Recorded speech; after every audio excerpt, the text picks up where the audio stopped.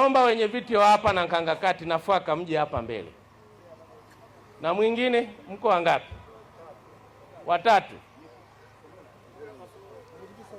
Asa hata hapa na Wasolola na diwani yuko hapa. Ngoja niwaambie jambo moja. Wakati mkimpata kiongozi mwenye maono ndio muda wa kumtumia vizuri.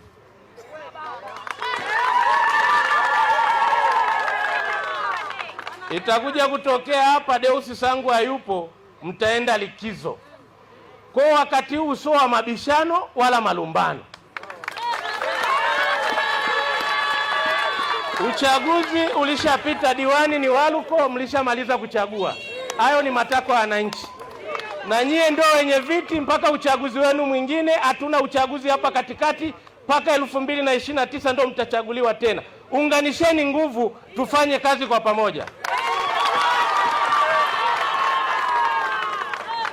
Kwa sababu uchaguzi ulikuwa matakwa ya wananchi. Kwani kuna mtu aliwapiga viboko? Si waliamua kumchagua diwani kama alivyo? Na mimi si mbunge wa CCM.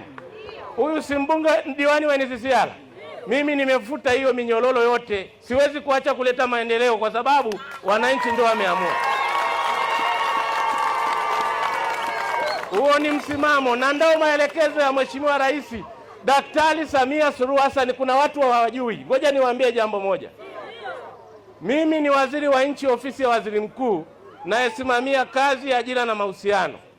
Naibu waziri wangu anaitwa Dr. Evelyn Munisi. Yeye ni katibu mkuu wa NCCR Mageuzi. Katibu mkuu wa nini? Lakini naibu waziri wangu, kwa nini rais alimteua? Anataka tufanye kazi na vyama vyote, tuijenge nchi yetu. Kwa hiyo kama kuna mtu anasema na Nkanga itapata maendeleo kwa ajili hiyo, asahau, sio mimi. Mheshimiwa mbunge na kiongozi wetu mwaminifu, mwadilifu, nipende kuchukua nafasi hii kwa kweli ya kuweza kukaribisha katika kata hii ya Nkanga. Lakini pia niweze kukupongeza kwa kazi kubwa unazozifanya. Unapambana na mikikiri mingi katika kata yetu, katika jimbo letu, lakini pia katika nchi yetu.